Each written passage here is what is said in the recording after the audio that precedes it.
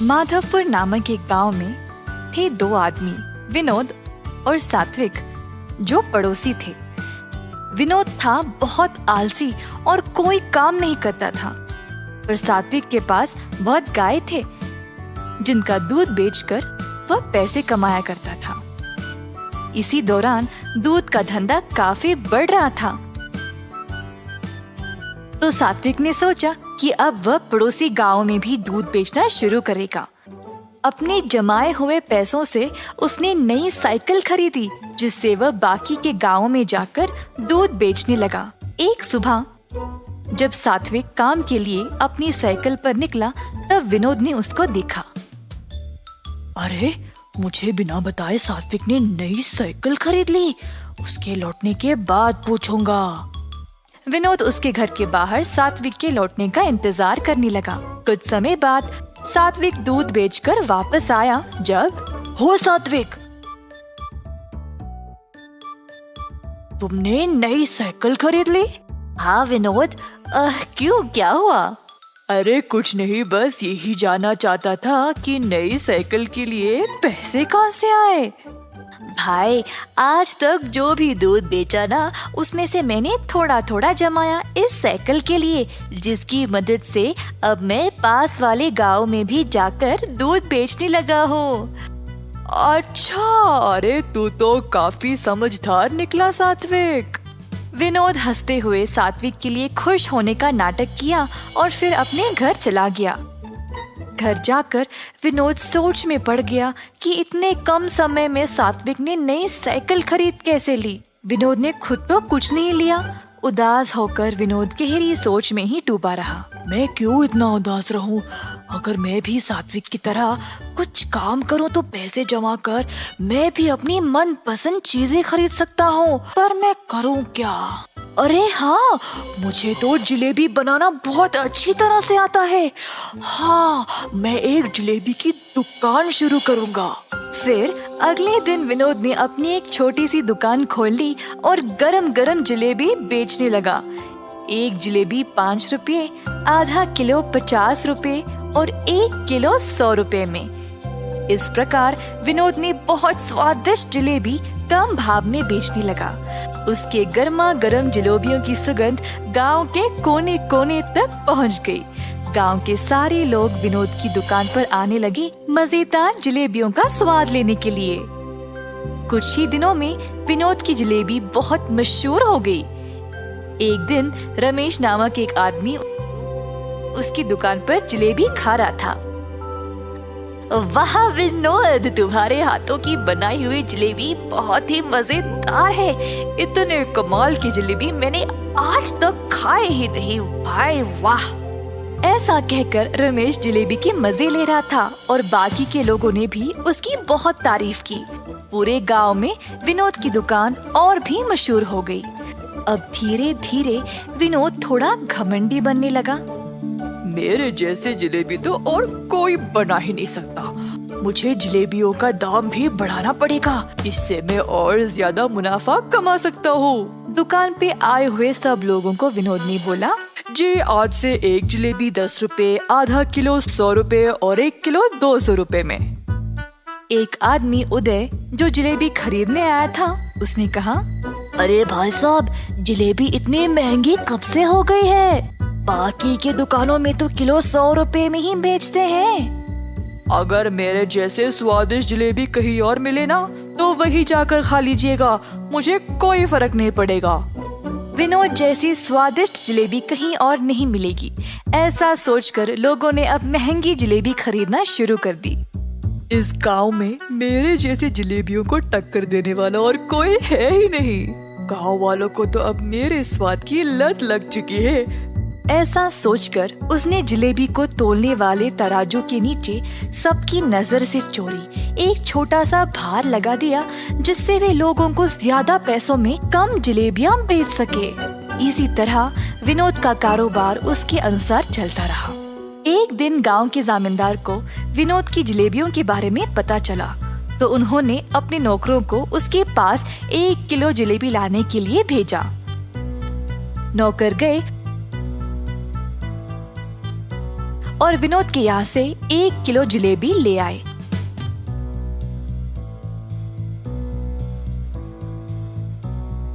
और जामींदार जी को दे दिया। जामींदार जी ने देखा कि जलेबियाँ तो 1 किलो से कम है। मैंने तो 1 किलो मंगवाया था, ये तो उससे कम है। मेरे आदेश का पालन क्यों नहीं किया? कहा जामींदार जी ने गुस्से से। साहब जी, हमने तो दुकानदार को 1 किलो ही देने को बोला था और फिर उसने इतना ही दिया। हमारी कोई गलती नहीं है प्रभु। चलो हम इस जलेबी वाले के पास जाकर देखते हैं कि वह असल में कर क्या रहा है। दुकान के पास पहुंचने ही वाले थे जब जामींदार जी ने एक भिखारी को उस जलेबी की दुकान की ओर जाते हुए देखा तो वह रुक गए और अपने नौकरों को भी रोक दिया। जामींदार जी देखना चाहते थे कि दुकानदार उस भिखारी को किस तरह जलेबी बेचेगा। जामींदार और उनके नौकर पास वाली दुकान के पास खड़े होकर नजारा देखने लगे। एक जलेबी कितने की है भाई साहब? एक जलेबी 10 रुपए। भिखारी के पास थे सिर्फ 2 रुपए, तो उसने वो निकाला और बोला, बस एक जलेबी दे दो। विनोद ने कहा, 10 रुपए की एक जलेबी है, 2 रुपए में नहीं मिलेगी। ये सुनकर भिखारी वहाँ से जाने ही वाला था जब विनोद ने उससे रोककर कहा, हो, तूने यहाँ पर खड़े होकर मेरी जलेबियों का सुगंध लिया है, उसके लिए वो 2 रुपए। हे भगवान, मेरे पास तो ये 2 रुपये ही है और तुम ये भी इतनी बेरहमी से मांग रहे हो। मैं नहीं दूंगा। इसी दौरान जामींदार जी वहाँ पर पहुँचे और अपने पास रखे हुए पैसों का थैला भिखारी को दिया और कहा, तुम्हारे 2 रुपए के बदले में इस दुकानदार को तुम ये पैसे का थैला दे दो। अरे आप तो बड़े लोग हो साहब, आपको तो न्याय करना चाहिए। अगर आप इस दुकानदार को पैसे दे दोगे तो कैसे? मेरी बात मानो और दुकानदार को ये पैसे दे दो। भिखारी ने माना और पैसे विनोद को देने गया जब जामींदार ने कहा, 1 मिनट रुको, इस थैले को पहले जोर से हिलाओ। भिखारी ने थैले को जोर से हिलाया तो थैले में से सिक्के छन छन करने लगे। पैसों की आवाज सुनाई दी क्या विनोद? सुनाई दी साहब। अगर ये बात है तो फिर भिखारी ने अपना भुगतान दे दिया है। क्या साहब, पैसे तो इसने दिए नहीं और आप बोल रहे हो कि दे दिए? पैसे की आवाज तुमने सुन ली ना, बिल्कुल उसी तरह जिस तरह भिखारी ने तुम्हारी जलेबियों की सुगंध सूंघ ली थी। तुम्हें तुम्हारी जलेबियों की सुगंध के पैसे इस थैले के पैसों की आवाज से ही मिल गई। तुरंत विनोद को अपनी गलती का एहसास हुआ और उसने जामींदार जी से माफी मांगी। तुमने केवल यही गलती नहीं की, तुम्हारे जलेबियों का मूल्य बाकी की दुकानों से बहुत ही ज्यादा है और उसके ऊपर गलत तरीके से तोलकर तुम ज्यादा पैसों में कम जलेबियां बेचते हो। साहब जी, बस एक बार के लिए मेरी गलती को माफ कर दो। मैं ऐसी गलती दोबारा कभी नहीं करूँगा। तुमने आज तक बहुत गलतियाँ की है। तुम्हें तो इस गरीब को एक जलेबी भी देने का मन नहीं किया। अब मैं तुम्हें ये आदेश देता हूँ कि अभी इसी वक्त अपनी इस जलेबी की दुकान को बंद करो। ये बात सुनकर विनोद उदास हो गया। जब उसी रास्ते सात्विक आया, विनोद की परिस्थिति देखकर सात्विक उसकी दुकान पर आया और बोला, जामींदार साहब, मैं आपसे विनती करता हूँ, कृपया आप विनोद को इस बार माफ कर दे। सात्विक के अच्छे स्वभाव के बारे में जानते हुए इस बार तो सात्विक की बात सुनकर उसके अच्छे बर्ताव को ध्यान में रखते हुए मैं तुम्हें माफ कर देता हूँ विनोद। कम से कम अब से पूरा मन लगाकर मेहनत से और ईमानदारी से अपना काम करो। ऐसा कहते हुए जामींदार जी वहाँ से चले गए। सात्विक और जामींदार जी की बात सुनकर विनोद ने अच्छा नाम कमाने का ठान लिया। इस वजह से अब और भी लोग उसके पास जलेबी खाने आने लगे। अंत में विनोद खुशी खुशी से और सच्चाई से अपना जीवन बिताने लगा। एक लंबे समय पहले एक गांव में जगन और सरस्वती नामक पति पत्नी रहते थे। उनका ऋत्विक नामक एक होशियार बच्चा भी था। उनके खुद का एक होटल भी था। वहाँ हर रोज स्वादिष्ट और अच्छा सुगंध आने वाला बज्जी बना के बेचते थे। ऋत्विक भी पढ़ते हुए उसके माँ बाप का मदद करता था। हमेशा की तरह जगन बज्जी बना के बेचने लगता है। आलू बज्जी, मिर्ची बज्जी, ऑनियन बज्जी, आइए बाबू आइए। ऐसे जोर जोर से चिल्लाने पर उस रास्ते में जाते हुए लोग सारे उस सुगंध की वजह से भजिया खरीद के जाते थे। ऋत्विक होटल में अपने माँ बाप की सहायता करने के बाद अपनी माँ को बता के कुछ भजिया अपने दोस्तों को खिलाने अपने साथ लेके खेलने चला जाता था। ऐसे उस दिन ऋत्विक हर रोज की तरह उसका काम खत्म करके होटल में से कुछ भजिया लेके अपनी माँ को बोल के निकल पड़ा। भजिया लेके जाने पर भी माँ इसीलिए कुछ नहीं कह रही है क्योंकि मैं उनकी मदद कर रहा हूँ। मैं भी सिर्फ इसीलिए उनकी मदद कर रहा हूँ, मेरे दोस्तों के लिए काम करना ही पड़ेगा। ऐसे सोच के भजियों को लेके अपने दोस्तों के पास जाता है। मैंने ये भजिया आप सबके लिए लाया है, लेके खाओ। ऋत्विक, हमें ये भजिया नहीं चाहिए। क्यों? भजिया क्यों नहीं चाहिए? तुम हर रोज भजिया के सिवा कुछ नहीं लाते हो। रोज रोज ये खा के अब हम पक गए। हाँ यार, अब से तुम भजिया लाना बंद करो और हमारे साथ खेलने भी मत आओ। ऐसे मत कहो, मैं तुम लोगों के लिए कुछ भी करूंगा। अच्छा, तो फिर तुम्हें हम सब के लिए आइसक्रीम खरीद के लाना होगा, मंजूर है? तुम लोगों को आइसक्रीम खरीदने के लिए मुझे बहुत पैसों की जरूरत है। मेरे पापा भी मुझे उतने पैसे नहीं देंगे। कुछ और पूछो, मैं करूंगा। तुम इसीलिए सोच रहे हो क्योंकि तुम्हें अपने पापा से पैसे पूछना पड़ेगा ना? हाँ, उनसे बिना पूछे पैसे लेने का मेरे पास एक उपाय है। अगर तुम पक्का करोगे तो ही बोलूंगा। तुम लोगों के लिए मैं कुछ भी करूंगा। क्या है वो उपाय? तुम्हारे होटल में खाने बहुत लोग आते हैं। उस समय में तुम्हारे माँ बाप काम में व्यस्त रहते हैं, तो तब तुम जितने पैसे चाहिए उतने पैसे लेके आ जाओ। किसी को तुम पे शक ही नहीं होगा। कोई ये भी नहीं जान पाएगा कि पैसे गायब भी हुए।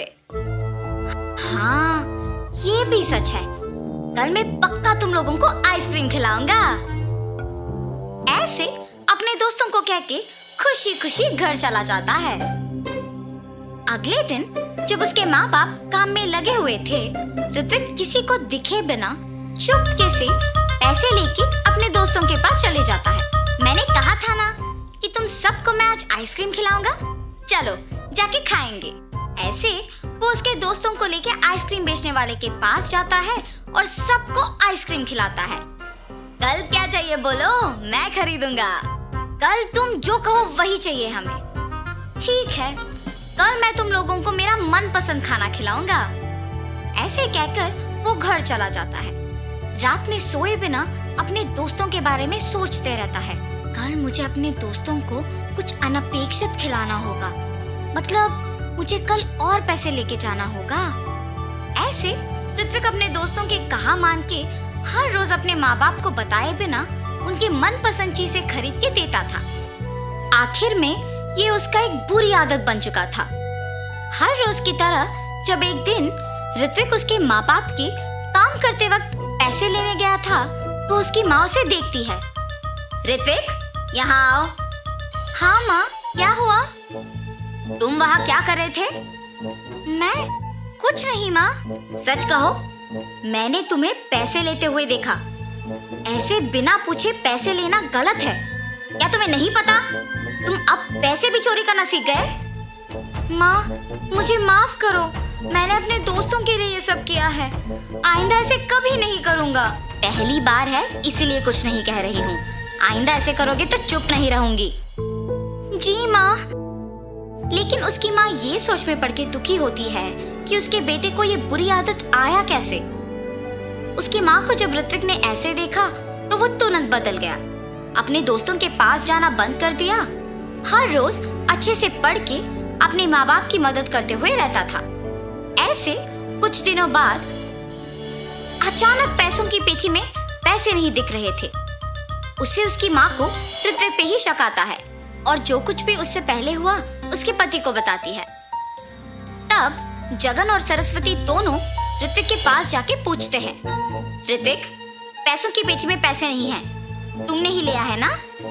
माँ, जब से तुमने बोला तब से मैंने चोरी करना बंद ही कर दिया। मेरे दोस्तों के पास भी जाना बंद कर दिया। मुझे उन पैसों के बारे में कुछ नहीं पता।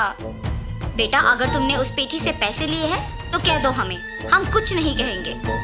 अगर तुमने नहीं लिया तो पेटी से पैसे कैसे गायब हुए? किसने निकाला होगा? सच कहो ऋत्विक। माँ, मुझे सच में नहीं पता है कि पैसे कहाँ गए। इससे पहले मेरा पैसे लेना सच ही है, मगर मैंने वो सब बंद कर दिया। अब तो मैंने नहीं लिया। जब से पैसे खो गए तब से जगन और सरस्वती बहुत ध्यान से सब पे नजर रख के काम करने लगे। मेरे पास पैसे खत्म हो गए। कुछ दिन पहले एक होटल से बहुत आसानी से पैसे चोरी कर लिया था मैंने। वापस वही जाके पैसे लेके आऊंगा। ये फैसला करके वापस उस होटल को जाता है।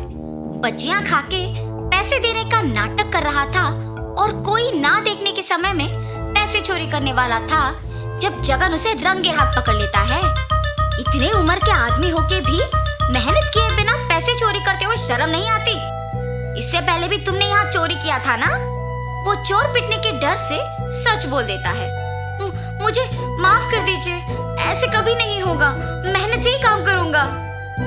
चोर को उसकी गलती का एहसास होने पर जगन उसे माफ कर देता है। ऋत्विक पे उसकी गलती के बिना शक करने के लिए उसके माँ बाप दुखी होते हैं। आप लोग दुखी क्यों हो रहे हो माँ? उस दिन मैंने तुम्हारी गलती के बिना शक किया और आज तुम्हारे पापा ने असली चोर को पकड़ा है। मुझे तुम पे शक नहीं करना था बेटा। मुझ पर शक करने की वजह तो भी मैं ही हूँ ना माँ।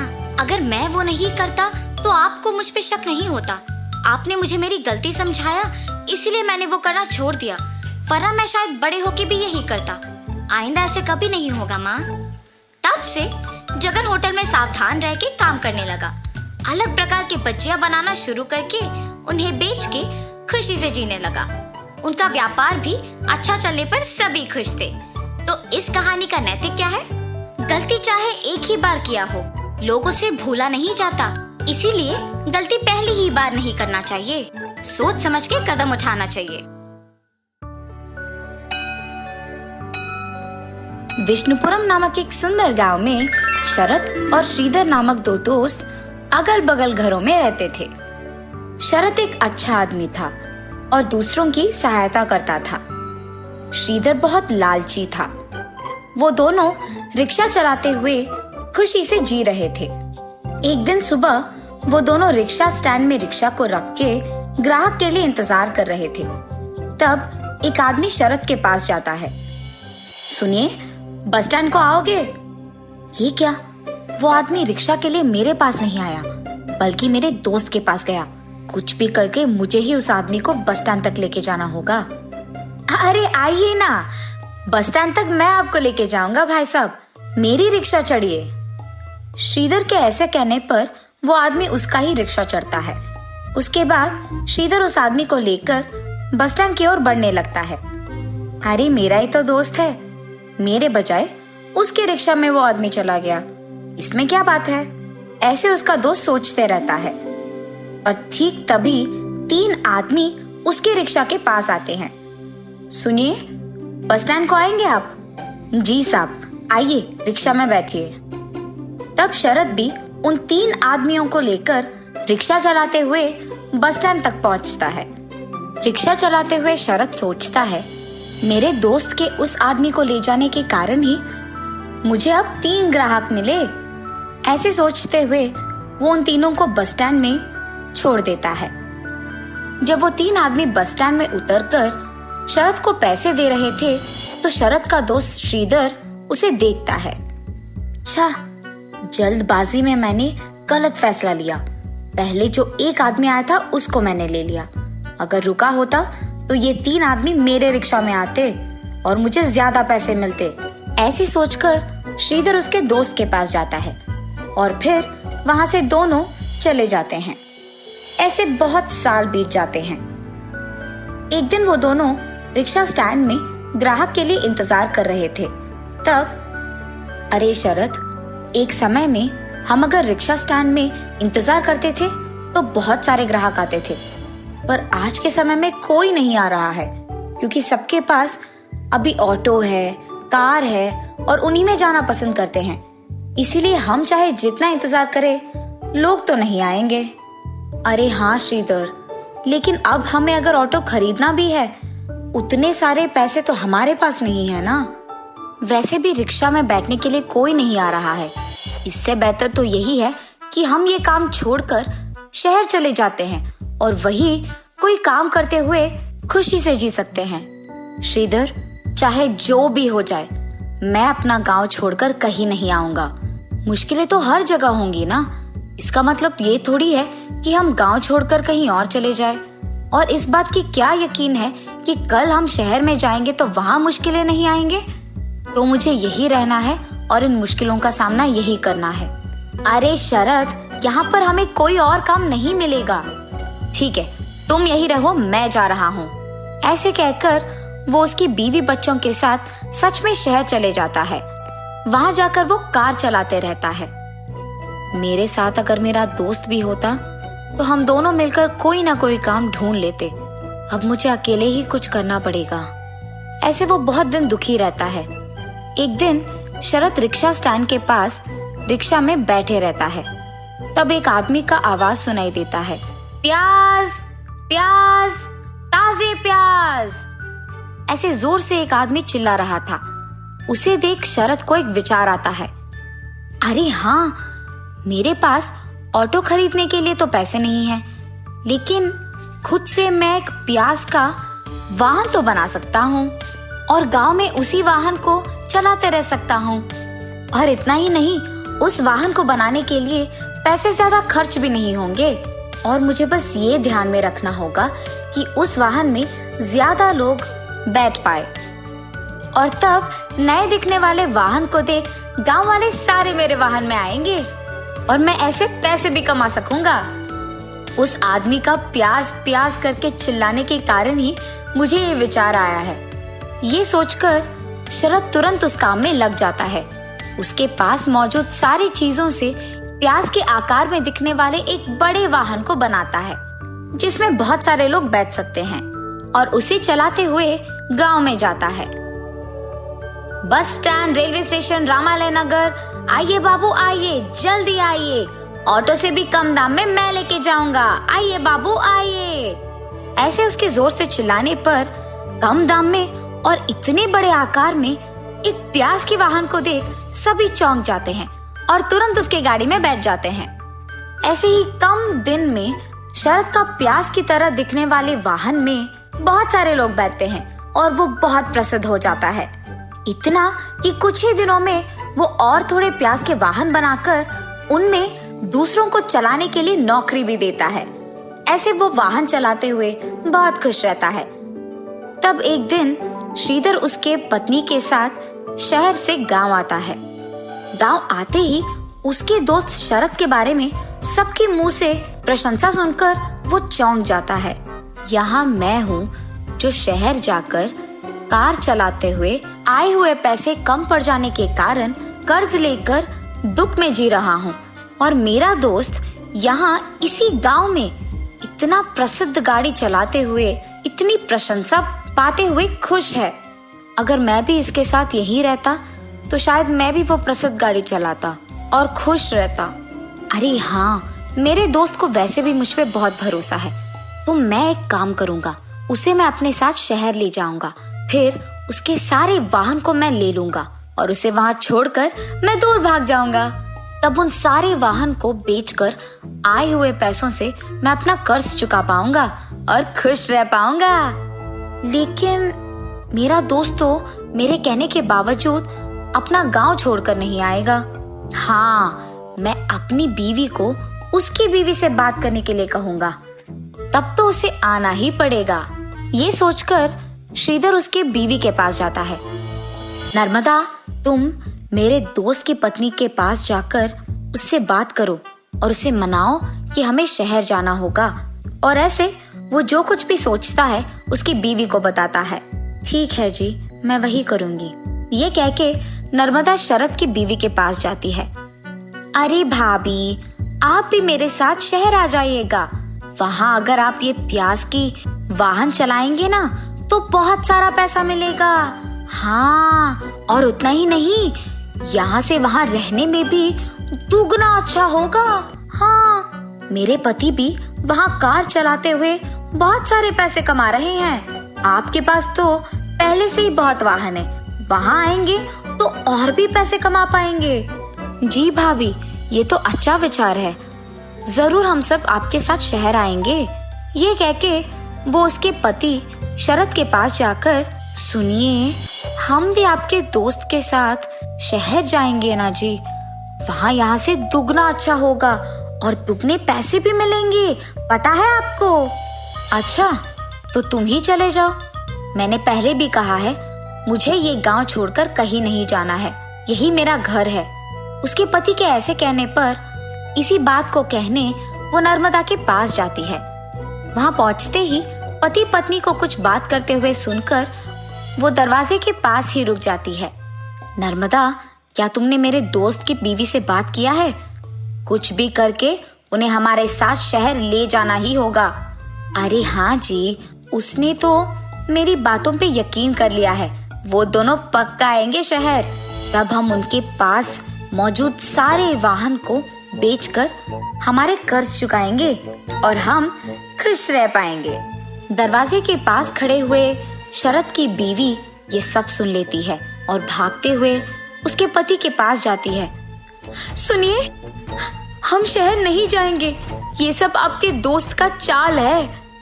और ऐसे उसने जो कुछ भी सुना अपने पति को बताती है। क्या मेरा दोस्त कर्जों में फंसा है, इसीलिए वो ऐसा है? कुछ भी करके मेरे पास मौजूद वाहन को बेचकर भी उसका कर्ज चुकाना होगा। क्या एक तरफ आपका दोस्त आप पे जाल बिछा रहा है, आपको धोखा दे रहा है, और आप सोच रहे हैं कि आप उसकी मदद करेंगे? ये क्या है जी? वो चाहे अच्छा हो या बुरा हो, वो मेरा दोस्त है और वो अभी कष्टों में है, तो मुझे उसे बचाना होगा और मुझे उसकी सहायता करना होगा। ये कह के वो वहां से उसके दोस्त के पास चले जाता है। श्रीधर, मुझे नहीं पता था कि तुम यहाँ आए हो, वरना मैं तुम्हारे पास आ जाता। और अगर मुझे पहले ही पता होता कि शहर में तुम्हारी इतनी मुश्किलें हैं, तो मैं तुम्हारी मदद कर देता। इसके लिए मुझे धोखा देने की कोई जरूरत नहीं। मैं खुद एक वाहन बेचकर तुम्हें वो पैसे दे दूंगा और तुम अपना कर्ज चुका सकते हो। उसके बाद तुम भी यहाँ मेरे साथ रह जाओ। हम दोनों ये गाड़ी चलाते हुए खुश रह पाएंगे। ऐसे वो अपनी बीवी की बातें श्रीधर को बताता है। शरद, मैं तुम्हें धोखा देना चाहता था, ये जानकर भी तुम मेरी मदद करने यहाँ आए। मुझे अपने आप पे घिन आ रही है और मुझे अब अपनी गलती का एहसास हुआ है। तुम एक अच्छा इंसान हो और उससे बेहतर दोस्त हो मेरे। अब से मैं तुम्हारे साथ ही रहूंगा और आइंदा ये गलती नहीं करूंगा। तुम्हें अपनी गलती का एहसास हो गया ना, और तुम मेरे साथ रहना चाहते हो। बस यही चाहता था मैं। अब मुझे बहुत खुशी है। हम दोनों को हमेशा ऐसे ही रहना है। तब से वो दोनों दोस्त साथ में रहते हुए उसी गांव में प्याज का वाहन चलाते हुए बहुत खुश रहते हैं।